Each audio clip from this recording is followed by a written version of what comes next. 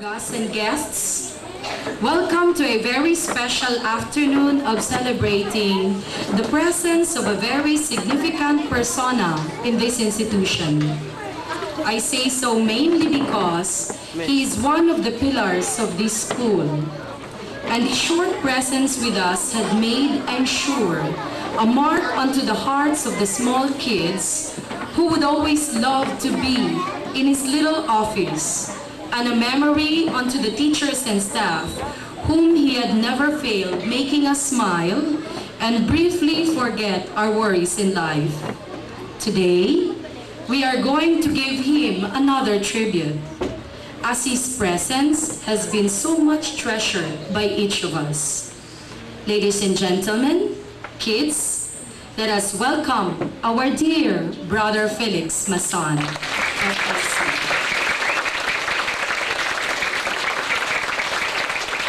Salamat, brother, for gracing this event.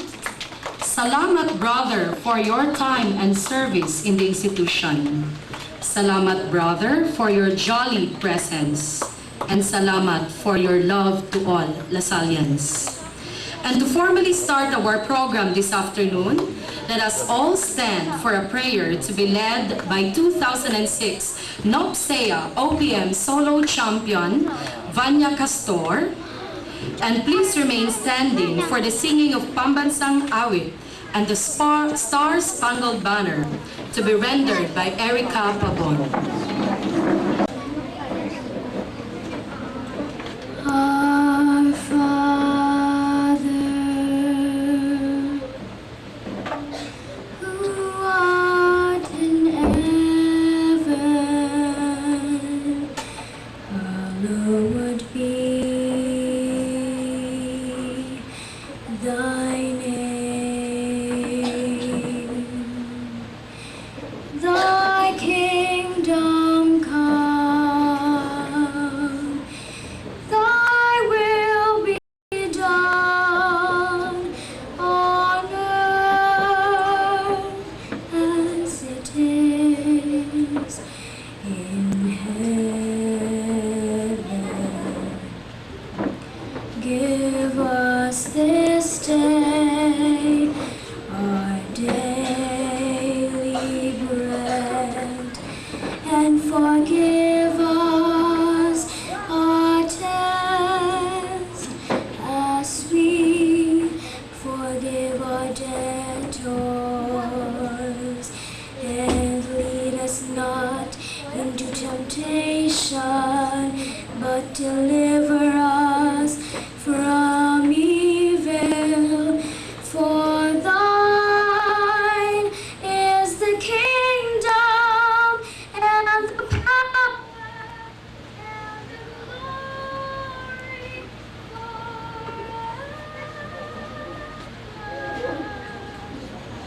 forever. Amen.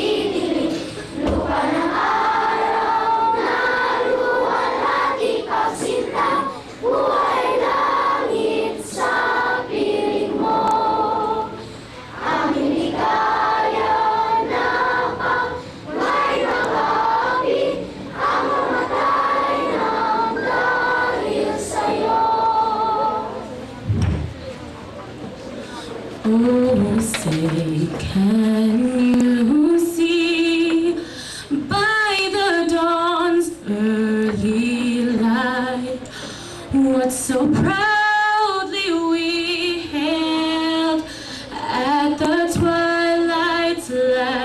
gleaming, whose broad stripes and bright stars through the perilous fight, o'er the ramparts we watched, were so gallantly streaming, and the rockets' red glare, the bombs bursting in air, gave proof through the night that our flag was still there. Oh, say does that star-spangled banner yet wave o'er the land of the free and the home of the brave? Thank you, Valia and Erica. Please all be seated. Brother, we prepared a program showing different talents from the IS today for your delight, with a little of surprise within. We hope you're going to enjoy this afternoon, brother. And for the first number of our program, let us ready ourselves for a highly entertaining dance number from the one, the only, Totoy Bibo of 1E. Let us put our hands for Enrico Holaval.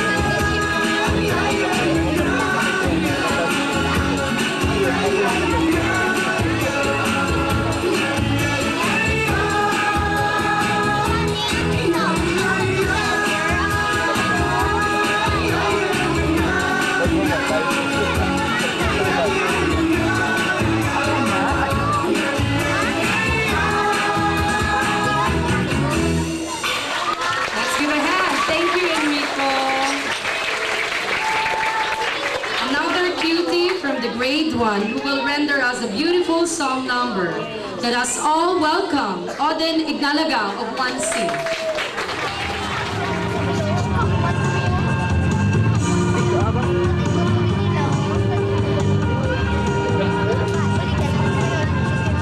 I'm so young and you're so old. This my darling, I've been told. I don't care, just want to say, 'cause forever I will pray. You and I will be as free as lovers are in the dream. Oh, please stay by me. La, la, la.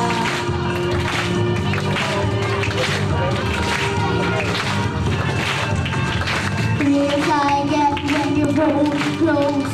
Oh my darling, you're the most. I love you whether you love me. Oh Diana, can't you see? I love you with all my heart, and I hope we will never part. Oh, please stay with me, Diana.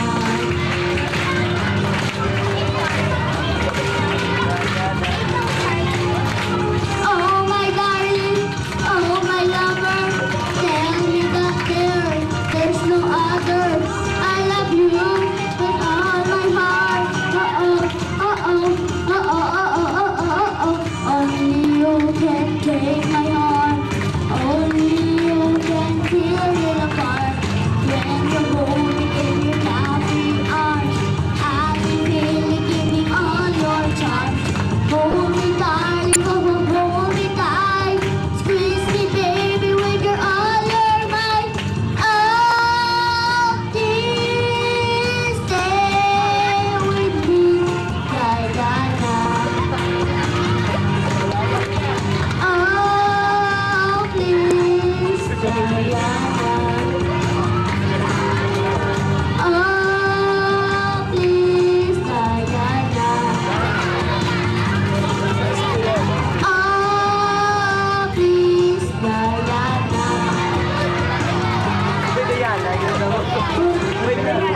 please, Diana. Thank you, Oden, brother.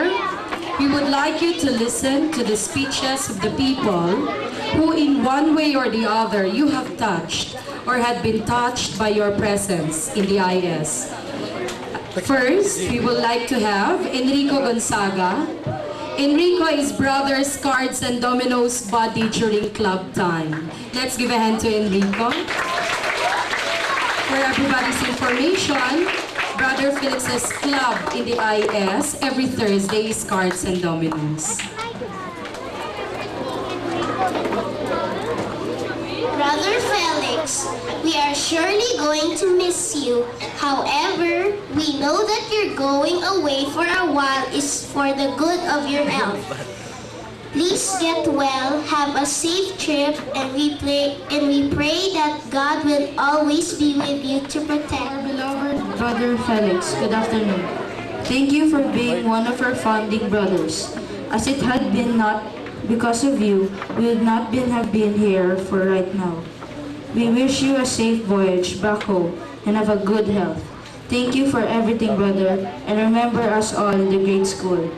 We love you terribly. Our best regards, brother. Bon voyage.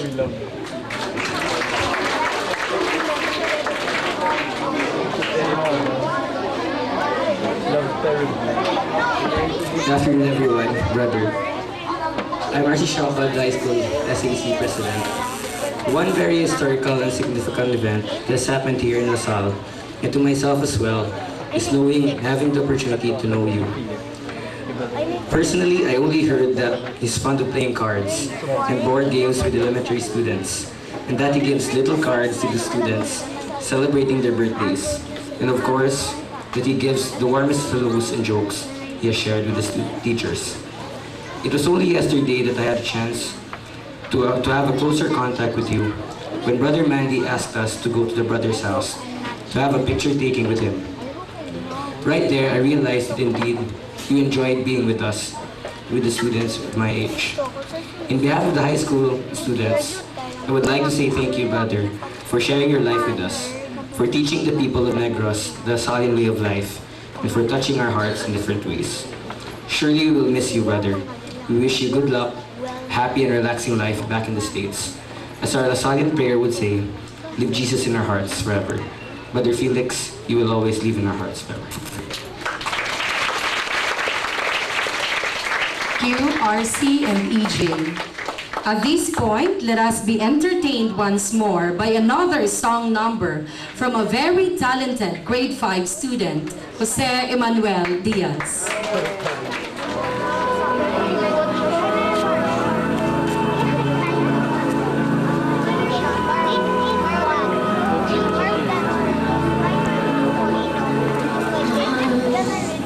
Pangako sa iyo, hindi magbabago.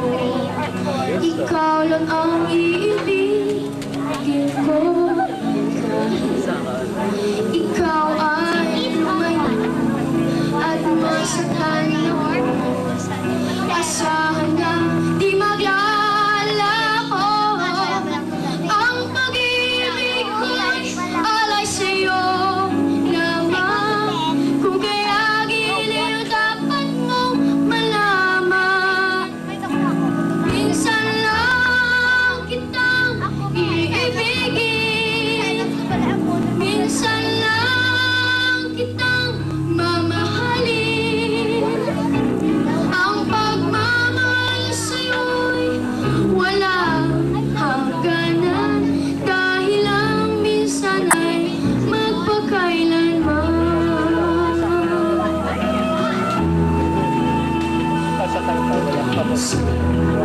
Lamang sa buhay ko ang isang katulad mo.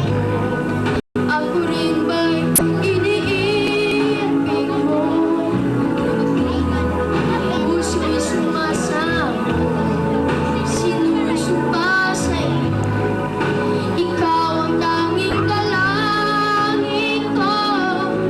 Ang pag-ibig ko'y alay sa'yo lamang. Kung kaya giliw dapat mong malaman. Minsan lang kitang iibigin. Minsan lang kitang mamahalin.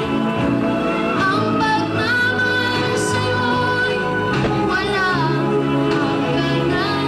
Dahil lang minsan ay magpakailanman. Minsan lang kitang iibigin. Minsan lang kitang mamahalin. Ang pagmamahal sa'yo'y walang hangganan.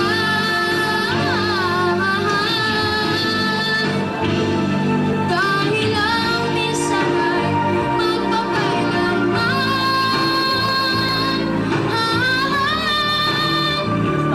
Dahil lang minsan ay magpakailanman.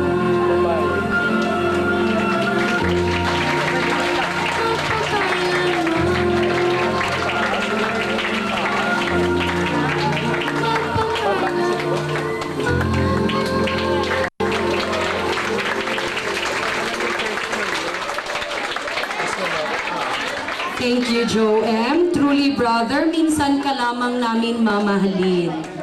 But this is for forever. Thank you. At this point, we would like to hear from Mrs. Alma Caballo.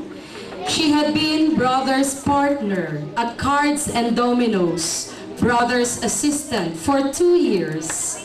Let us welcome her and listen to her thoughts and wishes for brother Felix. She will be followed by Miss Dara right after. Good afternoon. The man I was asked to speak about is no ordinary man. He is very familiar to all of us.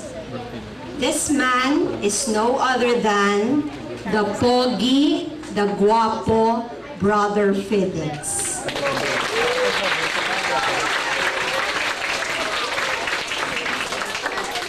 Brother Felix is special to us. He's one reason why we are all here today. He's one of the founders of our school. So may I ask everyone to give Brother Felix a big round of applause.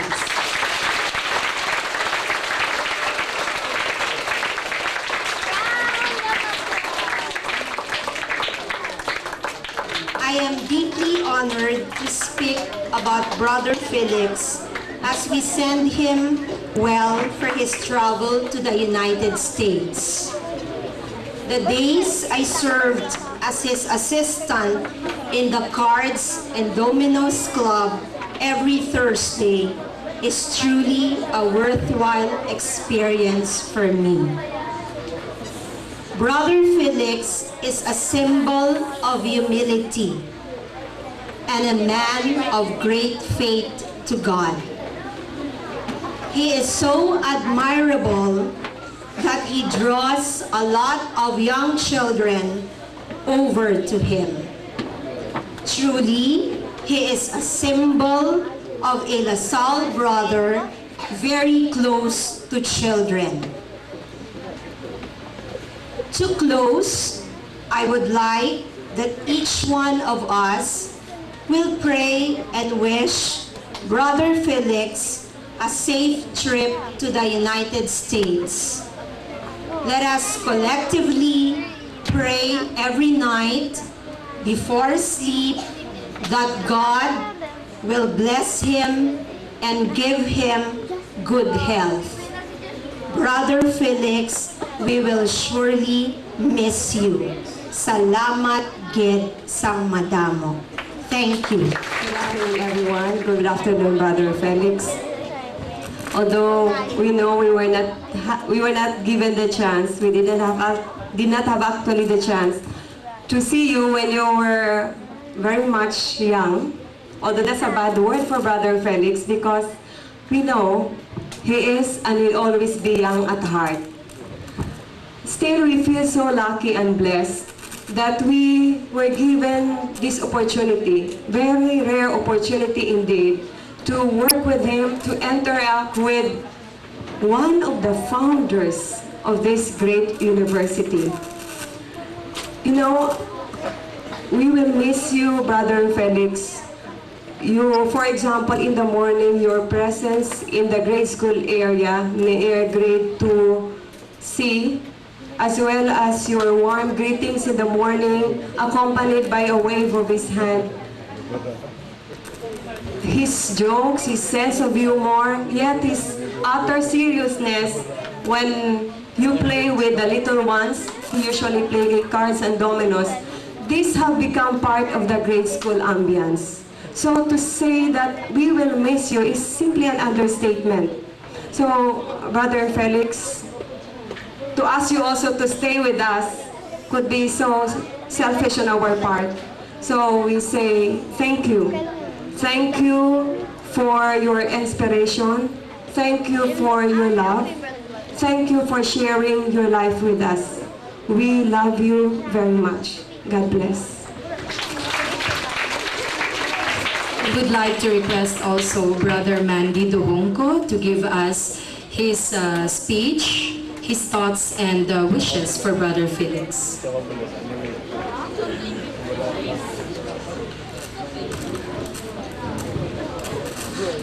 A few months ago, when one of our brothers passed away, Brother Fidelis Ledy, Brother Felix shared his eulogy, which he presented to Brother Fidelis years before Brother Fidelis passed away. He went to the hospital with a piece of paper and told Brother Fid, "Hey Fid, here is what I will say when we bury you. And I would like you to check it, if it's okay." And so Brother Fidelis read it, and he said, "Okay, this is fine." And true enough, he did outlive Brother Fidelis. Well, I mentioned that because Brother Felix mentioned something when he read that homily, when he read that eulogy. He reminded the entire district of the Philippines in front of all the brothers that Brother Fidelis was the oldest brother in the Philippines. Only to add that now I am the oldest brother in the Philippines. So ladies and gentlemen, I'd like to present you the oldest brother in the Philippine district, Brother Felix Mason.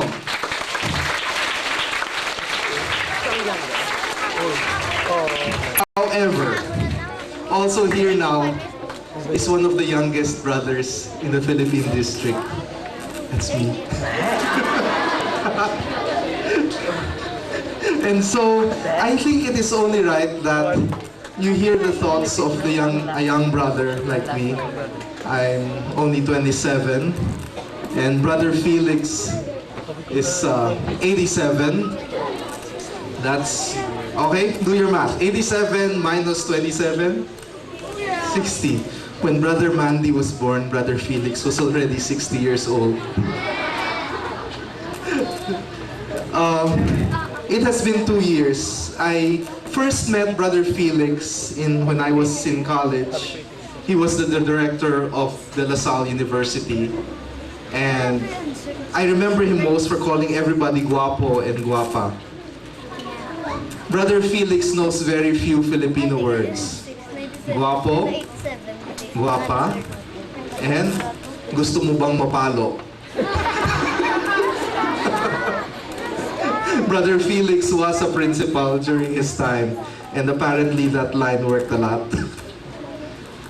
Living with Brother Felix the past 2 years has been a blessing. I have always been very impressed with the senior brothers, especially someone like Brother Felix who has survived many things. Many times he would talk about beginning the school and how they did not even have their own house. Many times Brother Felix would talk about how it was like to be imprisoned in Baguio and to be imprisoned in Los Baños. And many times over I have heard Brother Felix talk about how they were rescued in Los Baños by American paratroopers. But I think what is most edifying about Brother Felix is how he has lived his life as a brother.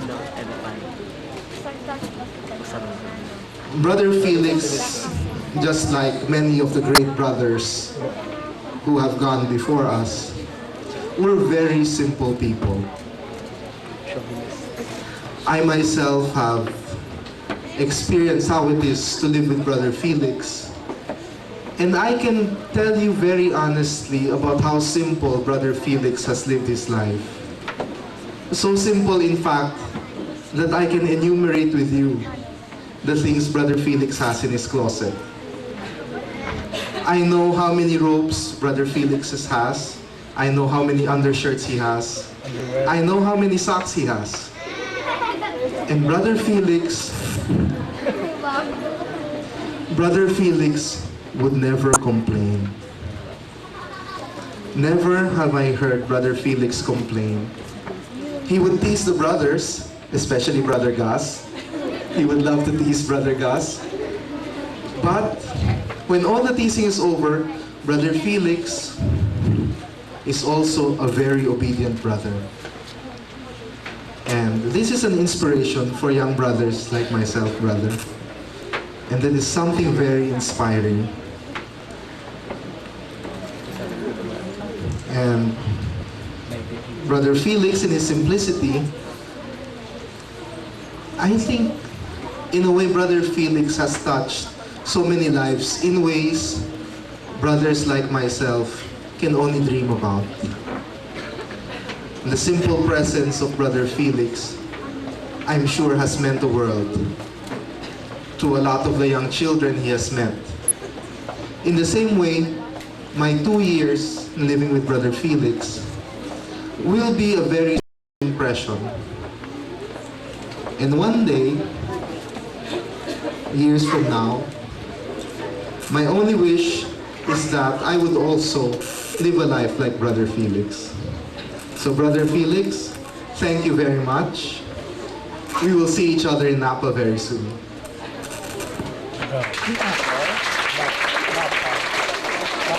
Thank you, brother. At this point, we'd like to request also Dr. Elsie Coscuela, who's going to shed us some inspirational message, likewise, how she came across brother and the way she knew brother.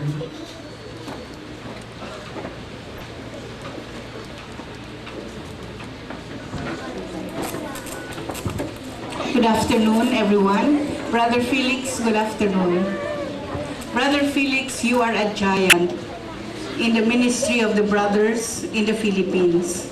And although I know that the war years were very hard for you when you were captured by the Japanese, I know that he spared you from being at the De La Salle Chapel when our brothers there were killed by the Japanese, because the Lord spared Brother Felix for a greater mission, and that was to come to Bacolod in 1953 to found this institution, the University of St. La Salle.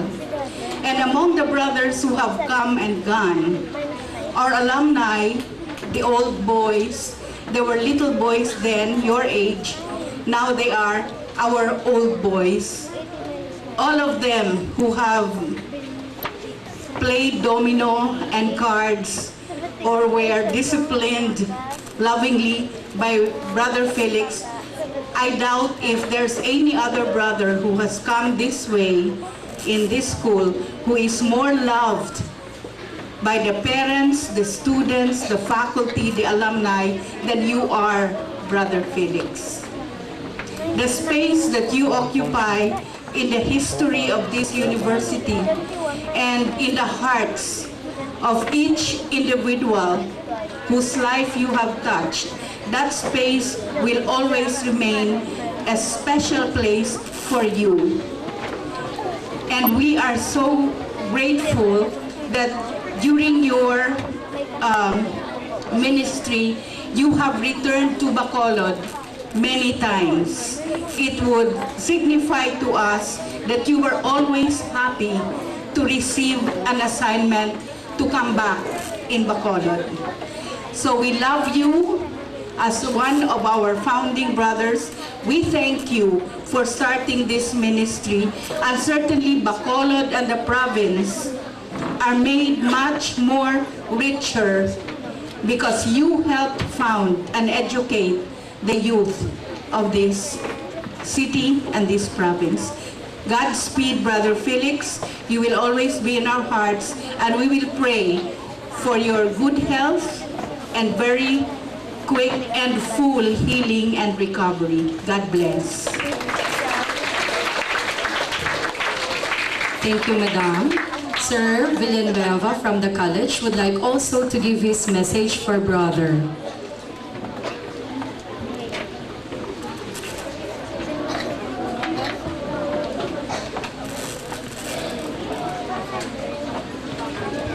Thank you, Ms. Grace, and thank you, Ms. Pika, for giving me this opportunity to share my personal testimony on Brother Felix. We were in grade 7 when Brother Felix was our principal. And I have two things, I have two unforgettable moments with Brother Felix. One day, in our classroom, I was just given a note. Brother Principal wants to see you in his office. I felt afraid, and I asked myself, what have I done wrong? Why is the Brother Principal calling me to his office? Okay? So,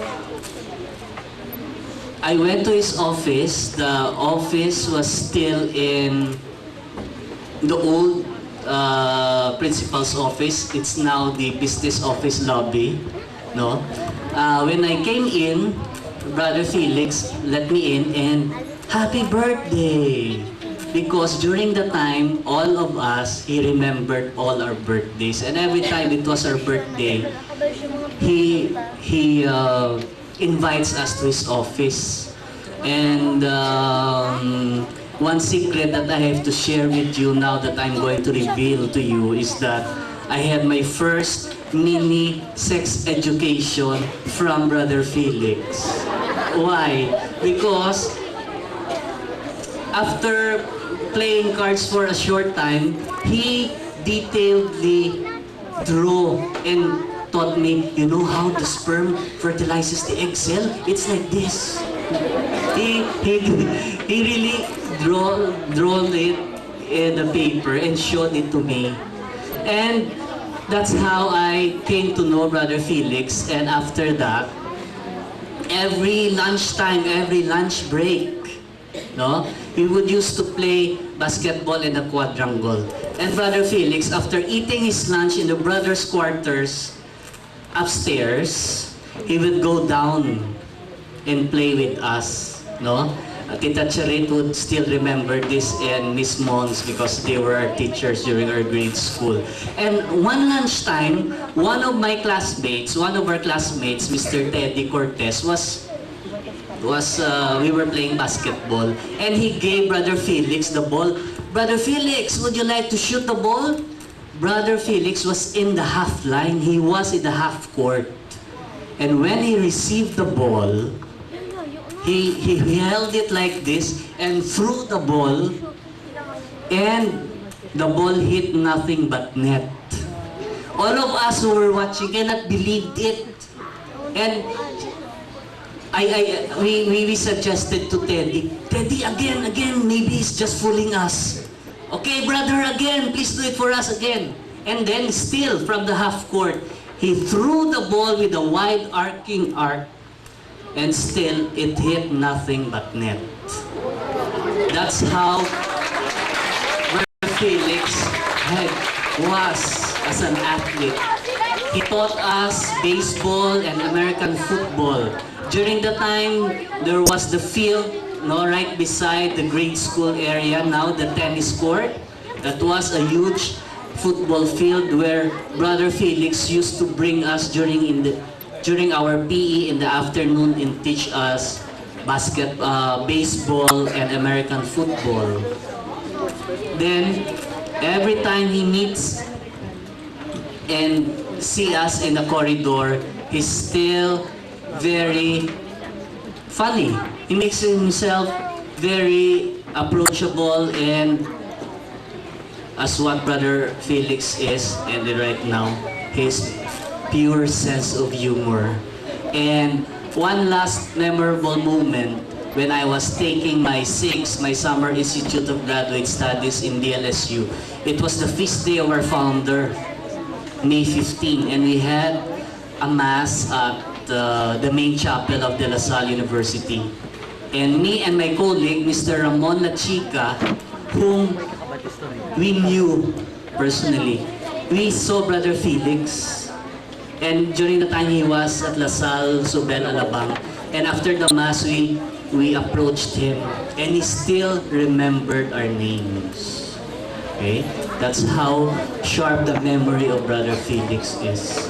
So, Brother Felix, on behalf of our class, Grade School 75, I hope we will see again each other tomorrow when we can call our classmates to say our goodbye to you.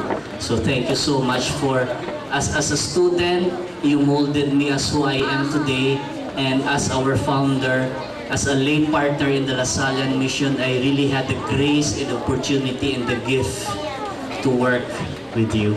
Thank you so much. Thank you, sir. That is nice knowing the other side of Brother Felix. At this point, we would also like to listen to the message and testimony of our Brother President. Let us all welcome Brother Gus Booker, FSC.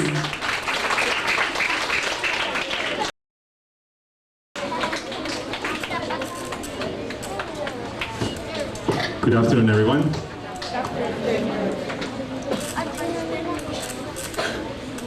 Brother Felix was the first brother I met when I was a student at De La Salle University in 1960, I think, yeah, 60, when many of you were not yet born. And I never had met the brother then because I came from a non-sectarian high school. And the first person I met was this tall, blonde American brother who was very, very friendly. And that was the beginning of my relationship with the brothers. One thing led to the other. His smile, his readiness to be of service was what came into my mind. And because of that, he inspired me to become a brother. And that was in 1960. And of course, the rest is now history.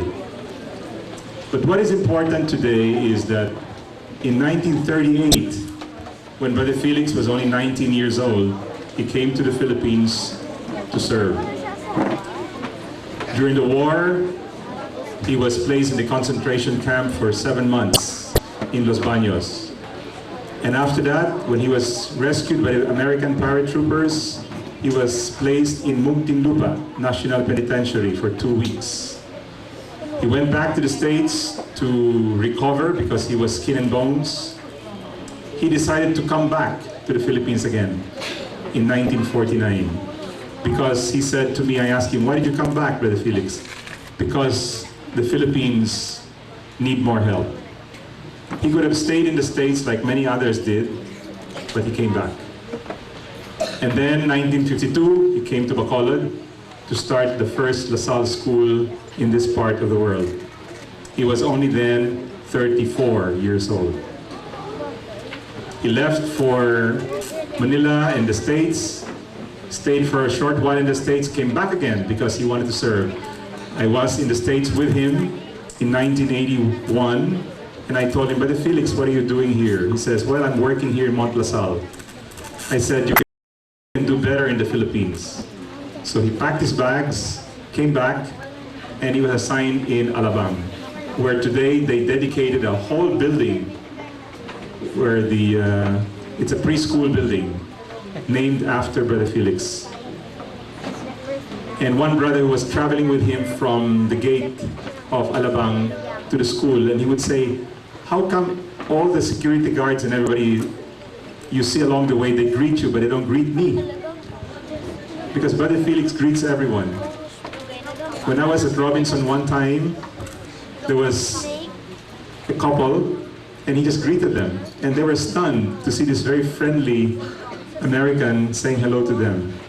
And that's Brother Felix. And that's the smile that will stay here forever. Brother Felix has to return to the United States because part of his long-term plan is that he wanted to return to America when he will begin to do something else in life as part of his retirement life.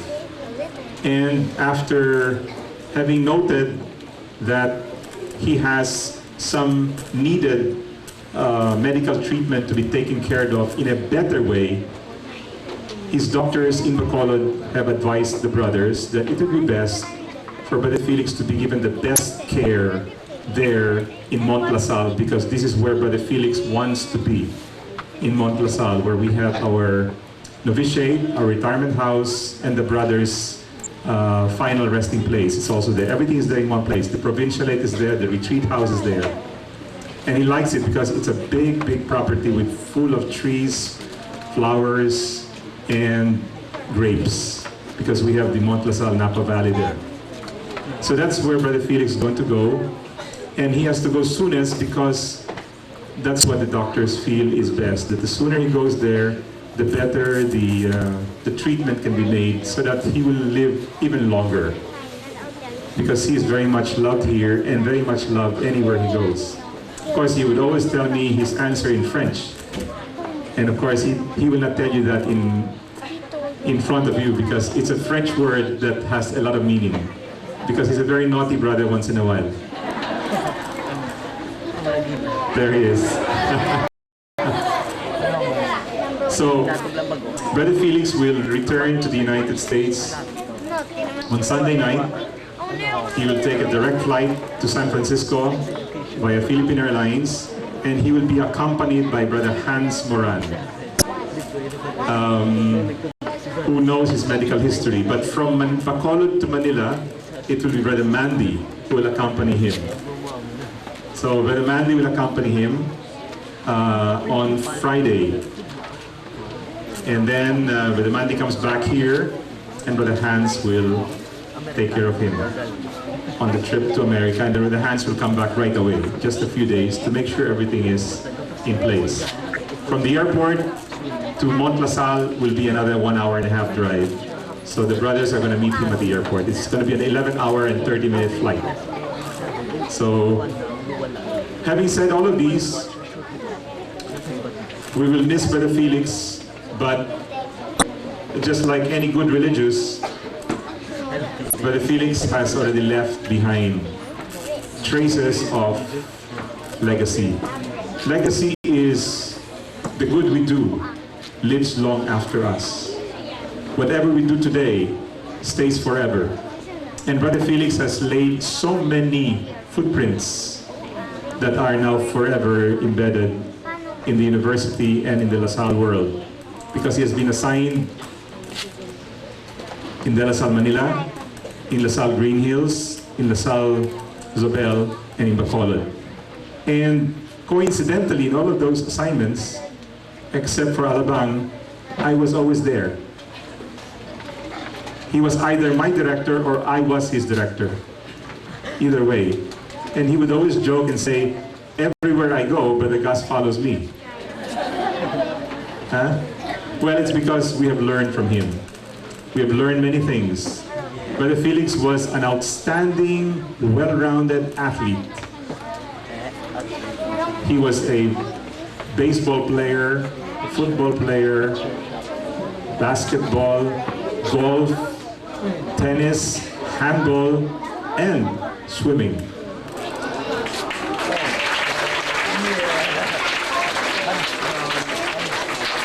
When he was in Green Hills, every Saturday, there would be a long line of children waiting for him and just call, Brother Felix, let's go. Mga grade 1, grade 2, grade 3 kids with their lifesavers, mga salbabida. And then he would come down and then put his towel around his neck, and they would walk with him, follow at the back, and he would visit one of the homes of the neighbors. Every Saturday, they would go to different neighbors to swim. And then, usually on Saturdays, he would also give swimming lessons to the faculty and staff. So he was a very good teacher for swimming. So that was what Brother Felix was doing.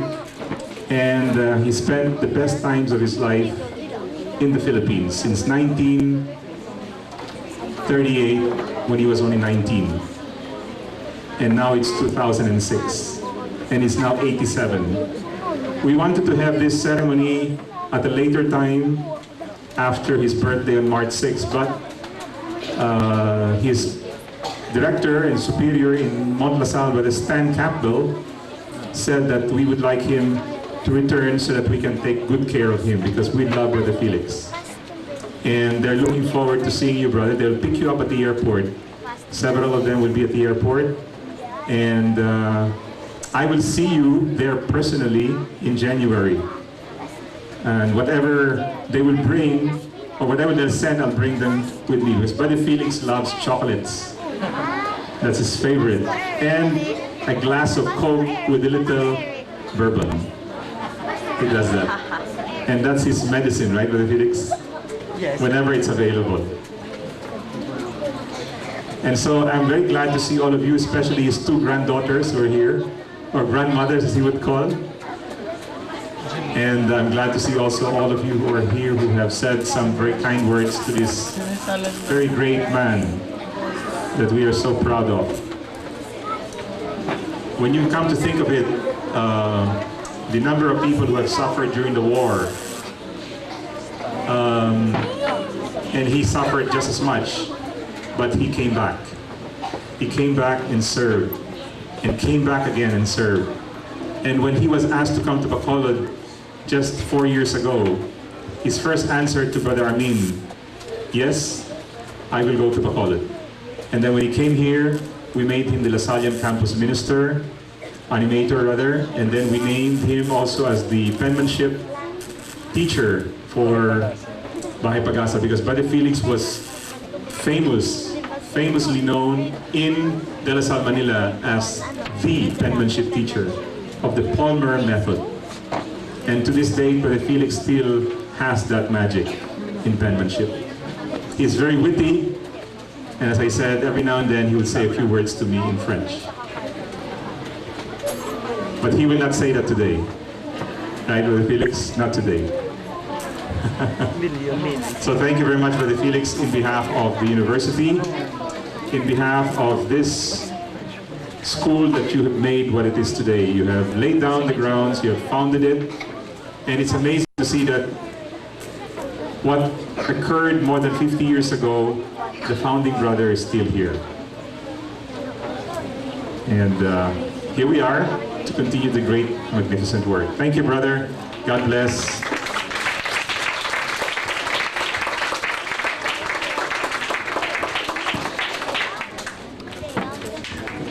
Thank you, Brother Gus. At this point, we would like to request Michelle Adam of 9E to render us an inspiring song number.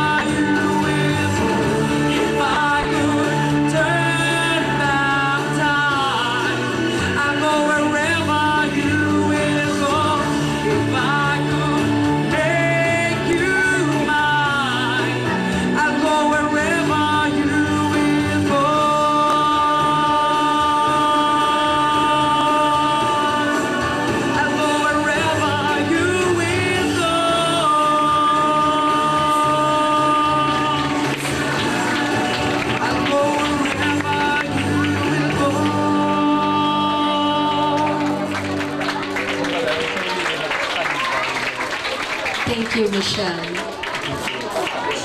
We are nearing almost the end of our program. This time, let us put our hands all together for a Muslim dance rendition of selected grade 7 girls. They represented the IS for the Nopsea dance competition yesterday, and they were able to win the second place.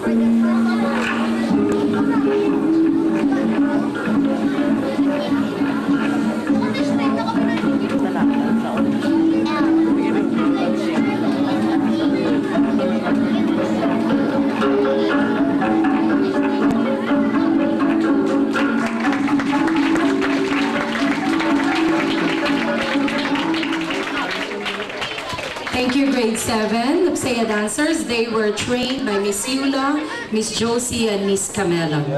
At this point, brother, we would like to invite you to come up front in the middle, together with Miss Pika. We would like to give you a little something, brother, and from the entire university as well. A little token for you to bring on your way to Mount La Salle.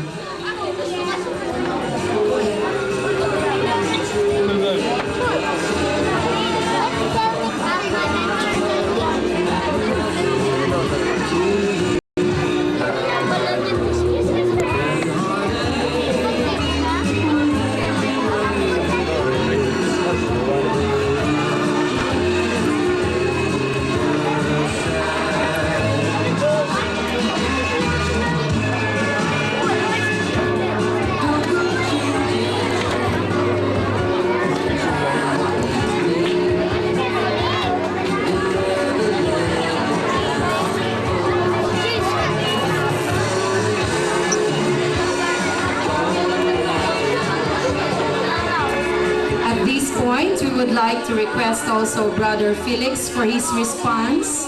Very, very short message, brother. Just sit down. Well, I promise you not to talk for more than 35 minutes. No, I just want to thank all of you for being here with us today, and not only today, but all the days that you come to La Salle. We are very proud of you.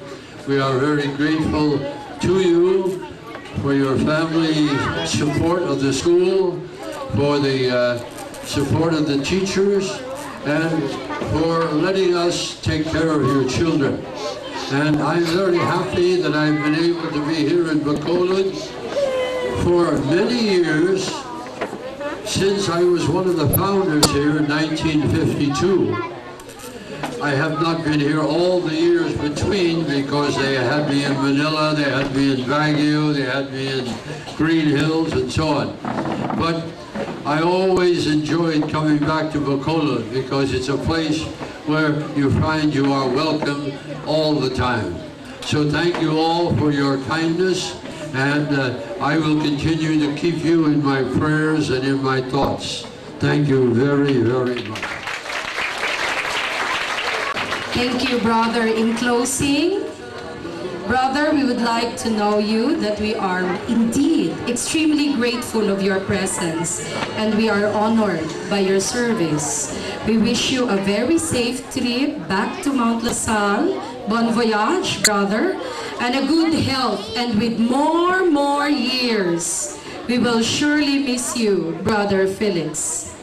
At this point, we are going to close our program. We would like to thank the students, the teachers, the members of the administration of the school, and the guests for gracing this event. Our last tribute for Brother Felix before he is going to leave for the U.S. Shall we say bon voyage, Brother Felix? All together, 1, 2, 3. Thank you so much, brother. Leave Jesus in our hearts. In the name of the Father, the Son, the Holy Spirit. Alma Mater song.